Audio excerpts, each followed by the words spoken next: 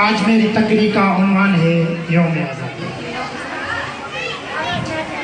جناب صدر، ہمارا وطن پاکستان وہ وطن نہیں جو وراثت میں اس کے بسنے والوں کو ملا ہے، بلکہ پاکستان کی بنیادی استوار کرنے کے لیے متحدہ ہندوستان کے مسلمانوں کی ہڈیاں اینٹوں کی جگہ اور خون پانی کی جگہ استعمال ہوا ہے۔ اتنے گراں قدر تخلیق کا اندازہ وہی لگا سکتے ہیں جس نے تعمیر پاکستان میں تن من دھن بیوی بچے بہن بھائی عزیز اور اقارب قربان کیے ہو۔ حصول پاکستان کے لیے لاکھوں مسلمانوں نے جام شہادت نوش کیا۔ کتنے ماؤں کے سامنے ان کے بچے قتل کر دیے گئے، کتنے بے بسوں کے سامنے ان کے خاندانوں کو مکانوں میں بند کر کے نظر آتش کر دیا گیا اور وہ بیچارے دل پکڑ کر رہ گئے۔ کتنے پاک داموں نے نہروں اور کنووں میں ڈوب کر پاکستان کی قیمت ادا کی۔ بے شمار بچے یتیم ہوئے جو ساری عمر اپنے والدین کی شفقت کے لیے ترستے رہے۔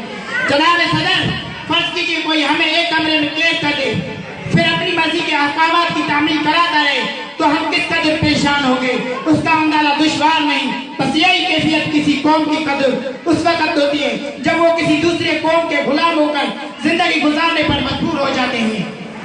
برصغیر کے مسلمان آزادی سے پہلے بیکوں کا دو قوتوں کے ظلم و ستم کے شکار تھے۔ ان میں ایک قوت اکثریت ہندو کو انگریز حکمرانوں کی تھی اور دوسری قوت اکثریت ہندو قوم کی تھی۔ مسلمانوں نے ایک عرصے تک صورتحال کو برداشت کیا، وہ فرنگی آقاؤں کے ہر حکم کو بھی تسلیم کرتے رہے اور ہندو قوم سے سمجھوتے کی آرزومند رہے۔ لیکن جب پانی سر سے اونچا ہو گیا تو انہیں اپنے لیے جدا خانہ وطن کا مطالبہ کرنا پڑا۔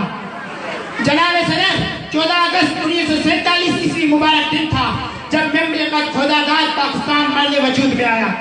اسلامی کیلنڈر کے اعتبار سے یہ رمضان کا مبارک مہینہ تھا جو ہمارا پیارا وطن پاکستان اسی مبارک مہینے کی 27ویں رات کو وجود میں آیا۔ یہ رات لیلۃ القدر یعنی قدر اور برکت والی رات کہلاتی ہے۔